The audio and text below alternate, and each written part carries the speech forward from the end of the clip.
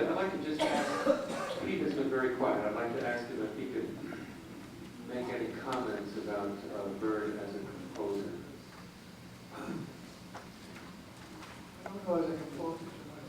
The only thing that I know is that I never saw anyone influence so many saxophone players. When I was at Stan Kenton, all of a sudden Art Pepper, my God, he tried to play like Bird.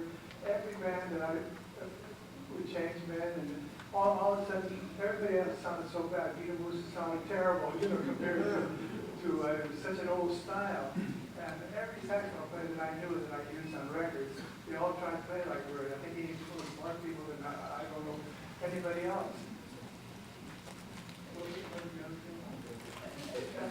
The compositions, I can't really. I know that what they did was they took chord structures of tunes like Whispering, High the Moon, and all these that made it be good, and he created his own melody with those chord changes. So that's all I can say. They were wonderful things that he did.